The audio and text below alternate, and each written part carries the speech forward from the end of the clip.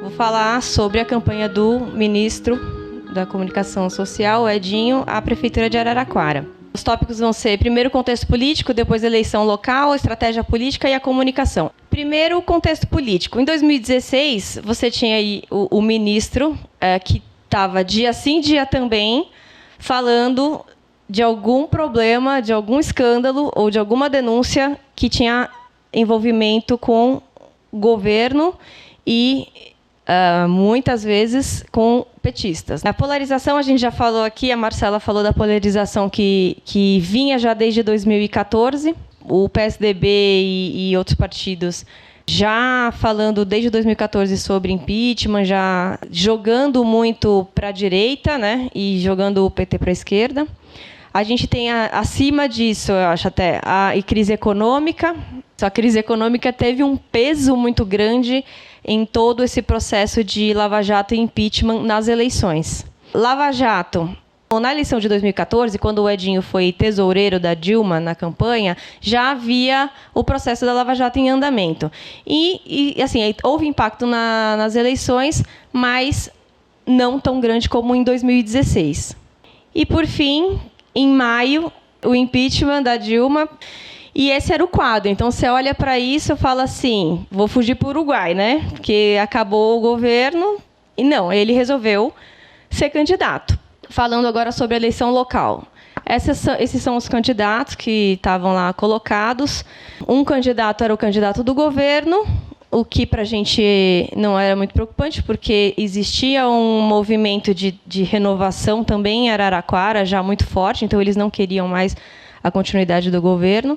O candidato do PSOL, que era o candidato que estava mais à esquerda nesse espectro, tinha o Edinho, que era o candidato a ser derrotado, né? Ele já havia sido prefeito de Araraquara por 2 mandatos, de 2000 a 2008. A Edna, que era a candidata do PSDB, que foi um dos partidos que mais cresceu na eleição de 2016, ela, por uma coincidência da vida, é ex-mulher do Edinho. Então, a gente tinha uma adversária que era mãe do filho do Edinho, e o João Farias, que era o candidato do PRB, mais à direita, mais agressivo. A vantagem que a gente tinha era um turno único. Então, a Araraquara é uma cidade que tem menos de 200 mil eleitores. A oposição muito fragmentada, ou seja, na pré-campanha existia um movimento de união de todos contra o Edinho, mas isso não aconteceu. Eles acabaram fragmentando, o que para a gente era uma vantagem, porque era eleição em um único turno. A rejeição do então prefeito, que era representado pelo esse primeiro candidato, então era uma rejeição muito alta, e o recall da gestão do Edinho de 2000 a 2008. Bom, entrando agora na estratégia política que a gente construiu, claro, liderada pelo Edinho, e com o Damiano, que é o vice, né? Primeiro, reorganizou a base, então ele estava muito afastado de Araraquara, inicialmente, por causa do governo, por causa da candidatura da Dilma em 2014. Ele foi para Brasília para ajudar como ministro. E isso acabou, junto com todas as denúncias envolvendo o PT, desestabilizando o PT em Araraquara, como aconteceu em várias bases do PT, Brasil afora. E ele tinha que reorganizar essa base antes da pré-campanha. Na verdade, ele fez isso durante a pré-campanha, porque a gente não teve tempo de... Estava todo mundo muito envolvido com o processo do impeachment, e a gente tinha que esperar o impeachment acontecer para começar mesmo essa reorganização da base. Então, a base dele lá era muito voltado para o público pessoal jovem, a juventude negra, o público LGBT, o pessoal da cultura, do cinema de Araraquara, do teatro, da dança, e também dos movimentos populares, né, dos movimentos de ocupação, reforma agrária, da agricultura familiar. Ele reorganizou essa base em torno da possibilidade da candidatura dele. Ainda nem tinha realmente saído, né? Isso foi muito importante. Depois, a costura de alianças. Ninguém queria se aliar ao PT. Foi uma costura muito difícil que ele teve que fazer. Ele acabou chamando o Damiano, que é do PP. Ele é um empresário, é um cara ligado ao Rotary, ligado à APAI, um pouco mais conservador.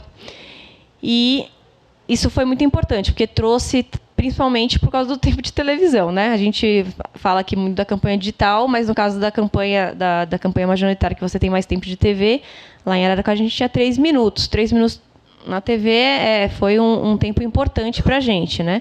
Isso graças à aliança política. E a mobilização nos bairros. Então, ele já tinha um recall, como eu falei, do tempo dele como prefeito. Nesse tempo como prefeito, ele instituiu o orçamento participativo, né? E essas reuniões de orçamento participativo ajudaram muito a achar essas pessoas. Onde é que estão os nossos cabos eleitorais? Nossos cabos eleitorais estão ali, ó, até aquela galera que está parada há 8 anos, que a gente precisa achar. A gente achou essas pessoas de novo, né? E sempre com a comunicação junto. Então, sempre que acontecia uma reunião num bairro tal, onde havia um orçamento participativo antes e deixou de existir, aquela reunião era transmitida ao vivo, a gente fazia os convites, os cards disparava pelo WhatsApp, fazia uns videozinhos depois para recortar, disparar. Então, o mailing também era feito nessas oportunidades. Então, a comunicação sempre acompanhando toda a estratégia de mobilização e toda a estratégia política. Nesse caso, eram equipes diferentes. Eu sei que, em muitas campanhas, você tem uma equipe só para fazer as duas coisas, né? Para fazer a mobilização e para fazer a comunicação. Bom, aí entrando na parte da comunicação. Essa foto, ela ilustra um dos programas de TV que a gente fez. A gente achou um colchão no chão, pegou, recortou, pegou uns pallets e fez uma arquibancada com coisa que a gente achou na rua. Então, a gente montou um cenário jovem, né? Você vê, estou ali de touquinha, fazendo um debate com jovens. Eram debates temáticos que eram transmitidos ao vivo, com participação, com interação. E esses programas depois davam imagens bacanas para a gente usar na TV. E a gente fez a campanha sem produtora, né? O rádio tinha uma linha um pouco mais de humor. Qual foi a estratégia que a gente adotou do início ao fim da campanha? O debate nacional tinha virado um câncer lá para a nossa campanha. Então, o que significa o debate nacional? As acusações contra o Edinho de Caixa 2, de que ele havia pedido dinheiro, as delações premiadas em que ele era citado. A primeira coisa que a gente fez foi enfrentar todas essas questões.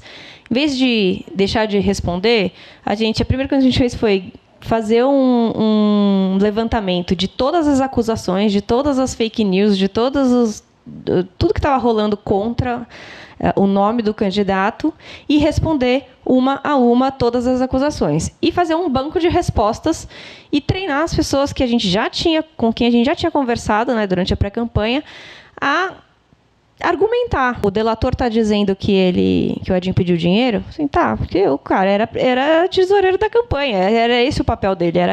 E a gente começou a espalhar essas respostas, né, pelo pessoal e a gente ficou bastante tempo esgotando, a gente mesmo provocando esse debate, porque chegou um ponto que as pessoas não aguentavam mais os adversários batendo na mesma tecla. Então, essa foi a estratégia número 1. Depois, resgatar a boa imagem. Como ele tinha sido um prefeito bem avaliado, foi fácil, porque as pessoas lembravam daquela época. Então, a gente tinha programas que não existem mais, coisas que foram descontinuadas, e a gente começou a lembrar de como era bom, de como antes tinha e agora não tem. E entramos na onda da rejeição política, né? Jogando para a gente algo que no plano nacional era desfavorável, no plano local a gente conseguia trabalhar. A gente começou a trabalhar com o resgate da imagem dele, o prefeito Edinho, e não o ministro Edinho Silva.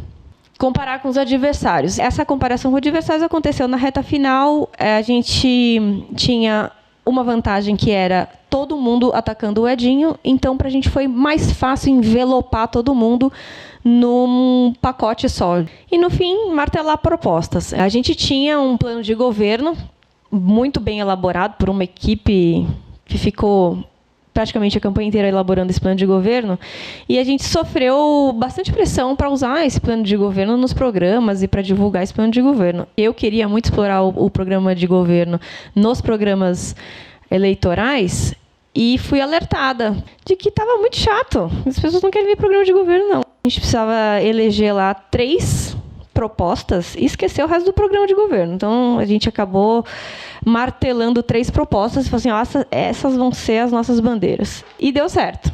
A gente transformou o ministro Edinho Silva, que era esse cara que estava sempre explicando alguma coisa, no Edinho prefeito, que é um cara mais leve, inclusive trocamos o guarda-roupa dele, ele emagreceu. Uma mudança de visual muito importante. Aqui a testa dele sempre fechada, né? Abriu a testa, sabe? Ele virou mesmo alguém diferente. O resultado final, o Edinho foi eleito com 41,71% dos votos válidos. Foi uma vitória bastante expressiva. A segunda colocada foi a Edna, com 28% dos votos. Ele está hoje lá executando o programa de governo que a gente não usou nos programas de TV. Obrigada.